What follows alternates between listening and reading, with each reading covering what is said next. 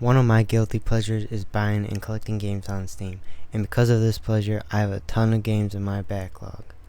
Another pleasure of mine is 100% in games, so today I will start to 100% my backlogs, and the first game I will be starting off with is Call of the Lamb.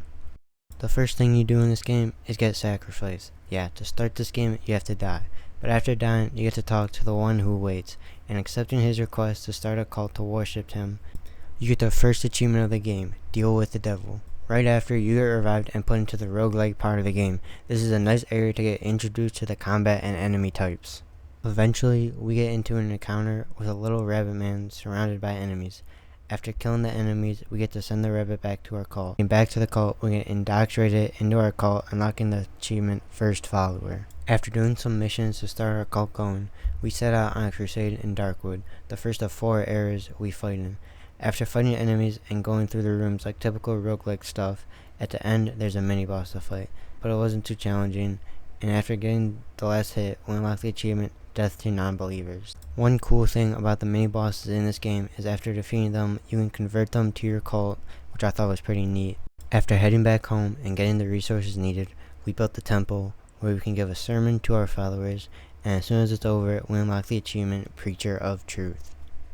After a few more crusades, I finally had 5 followers, unlocking the achievement The Flock Grows. After a few days have passed and I've gained more followers and leveled up more, I was able to do a ritual at the temple. After doing the ritual, you unlock the achievement Crosser of Thresholds. After I went to this guy's house and played them in a game of Knucklebones, which is like a dice game where the winner has the highest score, after winning, I got the achievement Game of Chance. After beating 3 main mini bosses in the Dark Woods, you're finally able to face off against the main boss of the area, Leshy. After defeating it, you achieve See No Evil. While on a crusade, I came across a fisherman manfish thing, fishing, whatever. After talking to him, you unlock another location on the map to explore, Pilgrim's Passage. After heading into the lighthouse in the corner and talking to the Oxalotl, he asks you to collect some wood to light the fire for the lighthouse, and after collecting some wood and putting it into the furnace, you get the achievement Bringer of Light. After more crusading in the second area, Anura, I had found enough cult members to get the achievement Flock of Many for having 10 followers. While away from your cult, your followers can worship a shrine of you, giving you deviation, and after collecting enough, you unlock upgrades, and since I've been playing for a couple hours, I was able to get to the max cult upgrade, unlocking the deviation achievement. After unlocking the ritual to sacrifice a follower, coincidentally, one of my followers were talking bad about the cult, and for that, I thought they had to be sacrificed.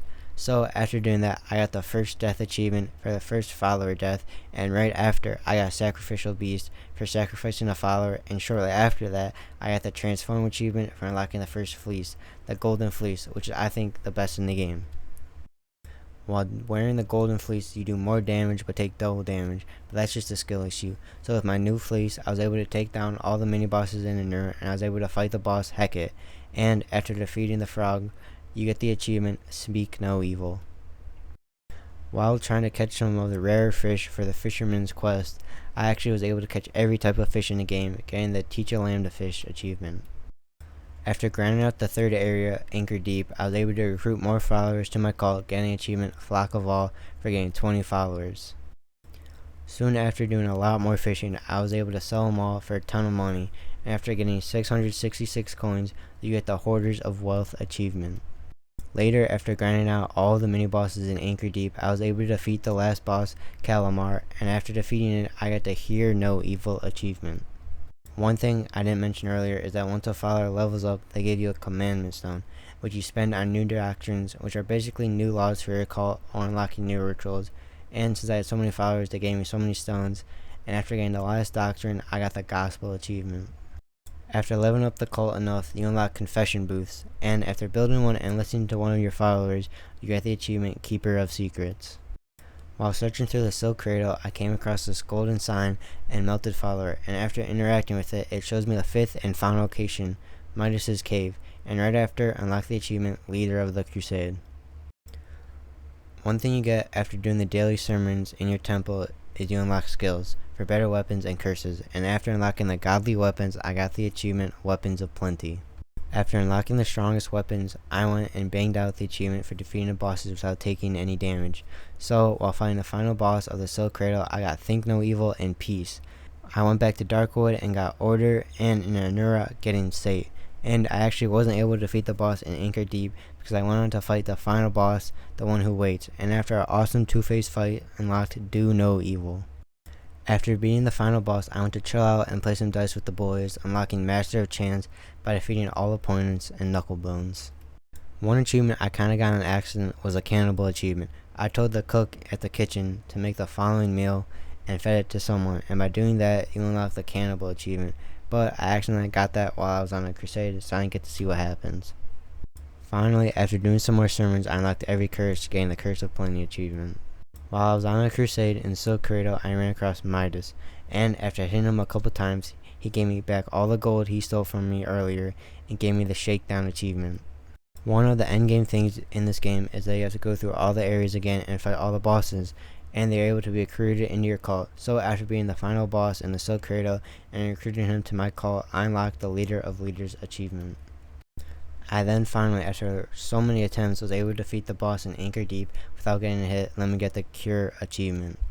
A thing that was added in the Relics of the Cult DLC is obviously relics, and some of them you just get by after unlocking them in the skill tree, and some are found by doing side quests and other things. One of the more advanced side quests in the games has you giving your items to a follower, sacrificing those followers, and after doing that, you get more followers, but after turning those followers into demons and taking them on a run, you can go drop them off to the cat guy, and after doing that, you get the True Love Found achievement for reuniting them together, and after that, I unlocked the final relic that I needed to get the Relics of Old Faith achievement. Now we're on to the achievements that took me literal hours to achieve because of stupid RNG that made me had to grind for multiple hours just to get lucky. Another endgame mode added in the DLC was Purgatory, which is a basic roguelike mode put into the game, which I thought was pretty cool. The reward you get for beating a Purgatory challenge are Tears of the Gods, and after giving it to the question mark, you have to spin the wheel and have a chance to unlock the things you need to fully achieve 100%. The rewards are follower skins, items for your followers, forgotten commandment stones, and holy talismans. The achievement for unlocking all follower skins was annoying because some of the base game follower skins you unlocked by doing quests or finding them around the areas. But thanks to the endgame DLC, you had to roll them by chance to unlock all of them, which is just annoying. Another thing that I think is luck based was getting the last torrent card, which was on a crusade. You have to go to the question mark, and there it is. This took me so many runs of just resetting to get a card that I don't think I even got to use since I was almost done beating the game.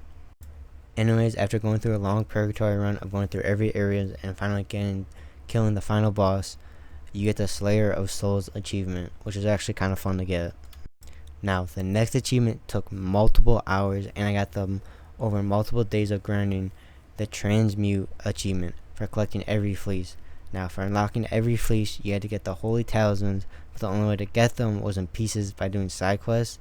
At least that was the case for the base game fleeces. The DLC fleeces, on the other hand, you had to roll for a piece of Holy Talisman multiple times to unlock all 4 new fleeces, which is 16 Holy Talismans in total, which is just dumb. Now, I was either the unluckiest person on the planet, or the game just wasn't going to give me the last Holy Talisman part, but after grinding out so many of the Purgatory challenges, I was able to spring the wheel for the last time, unlocking the final piece and getting the last fleece. For the last achievement I needed, I had to sacrifice some of my followers. I wanted so badly, but I had to wait for the cooldown, which was multiple in-game days. But after finally sacrificing 10 followers, I got the Wearer of Souls achievement and got Godhood for getting all achievements in Call of the Lamb. It took me 22 hours to get all 42 achievements for Call of the Lamb, and it was fun and enjoyable up until the post-game, where I had to rely on luck to get some of the collectible achievements. In my opinion, Transmutate is the hardest achievement to attain just because it was based on all luck and it was just not that fun to get. But I do still recommend Call of the Lamb to everyone who's interested in it, but if you want 100% it, I would wait to see if they get any updates to change how the system works.